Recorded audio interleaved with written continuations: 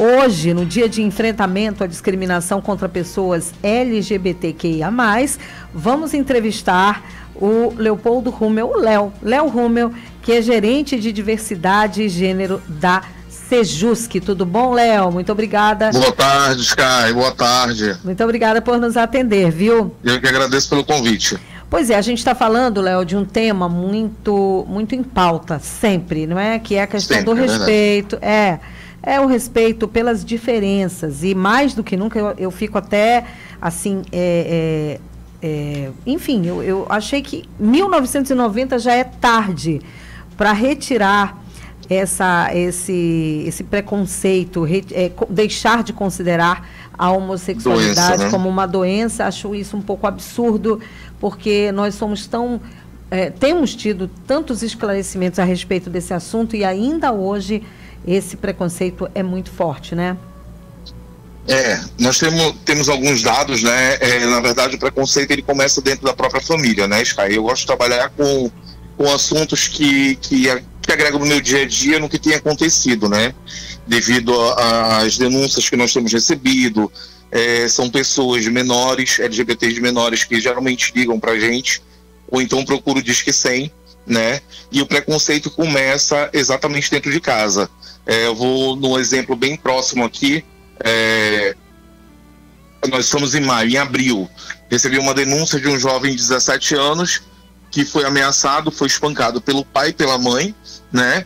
E com a ajuda dos avós, foi ameaçado, ou ele viraria homem, né? Como eles tratam, né?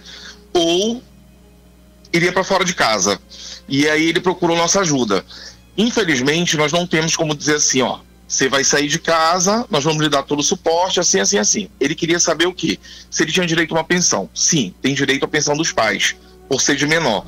Porém, nós temos todo um trabalho antes disso, né? Tem um trabalho através da gerência, através da executiva da criança e adolescente da Secretaria Sejusc, né? Tem o juizado de menor. E aí, quando eu falei para ele que teríamos toda essa situação, ele desistiu. Né? Ele desistiu porque ficou com medo da família, ficou com medo do que poderia acontecer com ele. É muito difícil, né? Imagina enfrentar tantos preconceitos e ainda mais já na rua, enfrenta muito. Sim. E ainda mais dentro de casa, por parte da própria família, né? Sim, sim.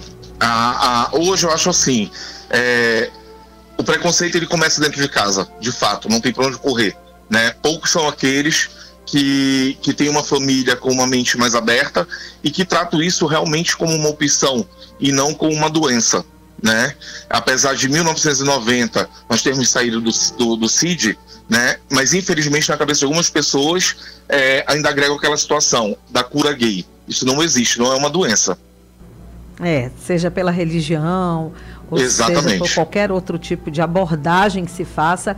E o preconceito está ali, impregnado nas entrelinhas, velado, mas está ali, né? Nas brincadeiras, no jeitinho, naquele jeitinho pejorativo de tratar. Exatamente. Tudo isso é uma maneira de preconceito, é uma forma de preconceito, exato, né?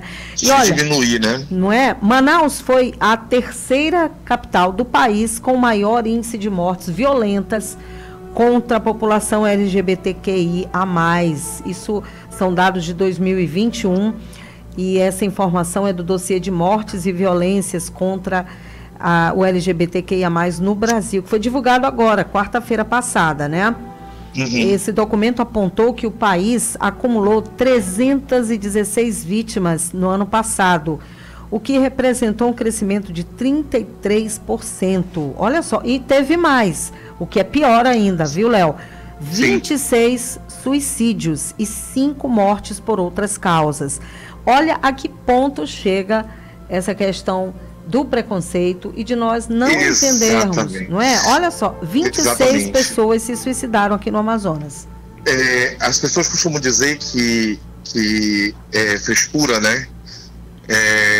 Porque a pessoa tá com frescura, tá isso, tá aquilo, mas o fato dela não ser aceita pela família, o fato dela não ser aceita pela sociedade, né, realmente leva a uma depressão, né? E depressão é uma doença muito séria. E na maioria das vezes são jovens.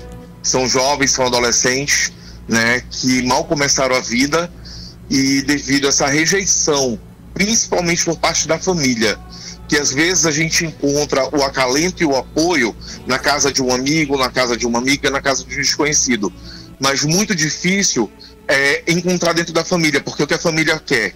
Ela cria o homem e a mulher, né? E quando ela diz assim, meu filho é LGBTQIA+, eu não vou aceitar. E aí começa aquela confusão dentro de casa e o jovem acaba entrando numa depressão e a família não percebe, né? Porque na maioria das vezes eles tratam como é frescura, né? E nós sabemos que não é. E aí eles acabam cometendo suicídio. Isso é um dado muito triste mesmo, é uma realidade muito triste que a gente vem enfrentando. Aí na Sejusc, como é que vocês tratam essa questão, esse trabalho emocional, esse trabalho psicológico que vocês fazem com as pessoas, com as pessoas que procuram vocês? Nós temos uma equipe de psicólogos, né? Então, quando procuram a gente faz um encaminhamento. Nós não trabalhamos diretamente, né? Nós fazemos encaminhamentos, né? E aí encaminhamos as pessoas para conversar com os psicólogos e fazer um trabalho de análise, né? Esse é o nosso papel. Muito legal, muito interessante. A Sejusc, ela tem, nesse quesito aí, ela tem um papel muito importante, criando, estimulando, primeiro, a conscientização das pessoas em relação ao respeito que se deve ter com as diferenças. Não é? Todo mundo é diferente um do outro, quem é hétero, quem não é, todos somos diferentes, portanto a gente precisa realmente do respeito e do conhecimento, buscar conhecimento para entender melhor o que se passa, como isso tudo funciona, porque é sim um assunto difícil, não vamos dizer aqui que é uma coisa fácil, lidar com isso dentro de casa, ainda hoje não deve ser fácil, porque nós todos fomos educados para lidar com, para interagir com homens e mulheres nesse estereótipo criado já há gerações, né? Então não é fácil realmente mudar isso, principalmente quando a família é muito tradicional, né, Léo? Fica mais difícil. Exatamente, e fica mais difícil quando se trata do transgênero, né? Esse aí é um outro ponto que eu queria tocar com você, porque tem a questão dessa diferença. Eu queria que você explicasse um pouco essa diferença pra gente. O LGBT, né, na verdade tem as siglas, né, que é o LGBT, que é lésbico, gay, que quando a pessoa se descobre, antigamente, né, era o gay, certo?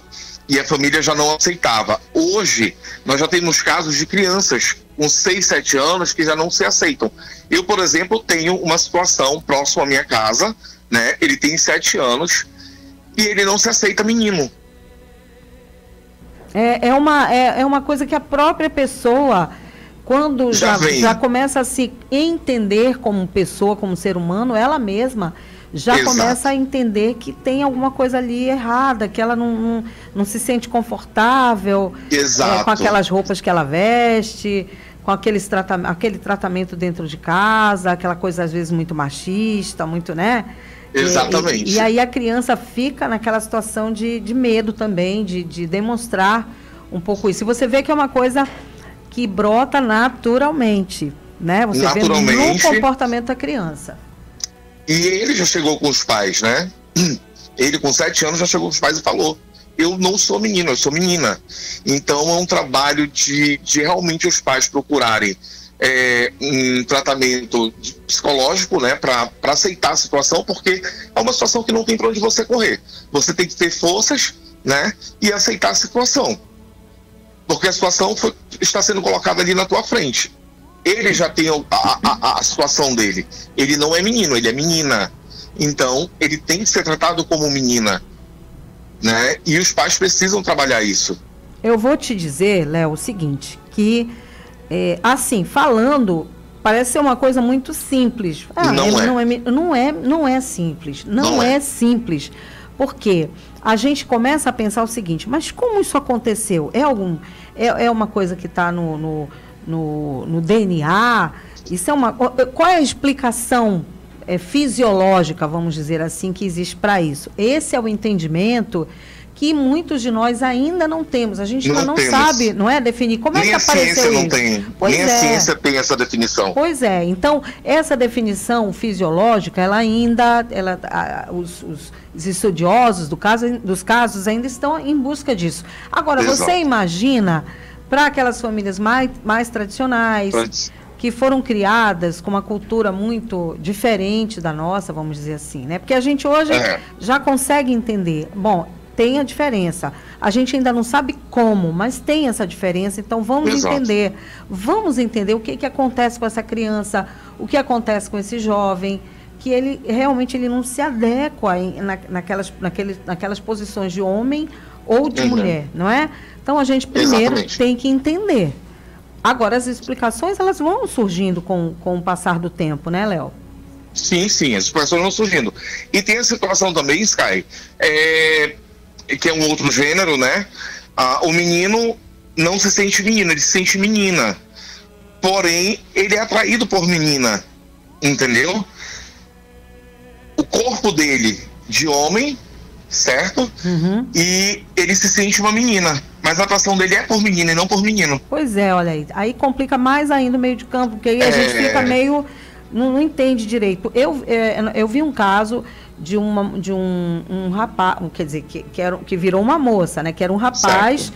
E ele não se sentia menino, não se sentia homem do sexo masculino e virou mulher. Ele não fez a cirurgia, mas ele virou uma mulher, vamos dizer assim, né? Com hormônios, etc e tal. E se casou com uma pessoa que era mulher e que se transformou em homem. E acabou ficando grávido, porque ele continuava tendo útero e no casamento ficou grávido. O tempo já está até acabando de tanta confusão de homem que virou mulher, que virou... Gente, é muita... Enfim, mas ele ficou grávido. É complicado. Entendeu? E a mulher do relacionamento também tinha leite para amamentar. A minha cabeça deu um nó tão grande que eu vou deixar para a próxima entrevista para conversar contigo sobre esse assunto, tá, Léo? Mas muito obrigada pela participação, tá? Eu que agradeço. Muito bacana. Tchau, obrigado. Tchau, muito obrigada.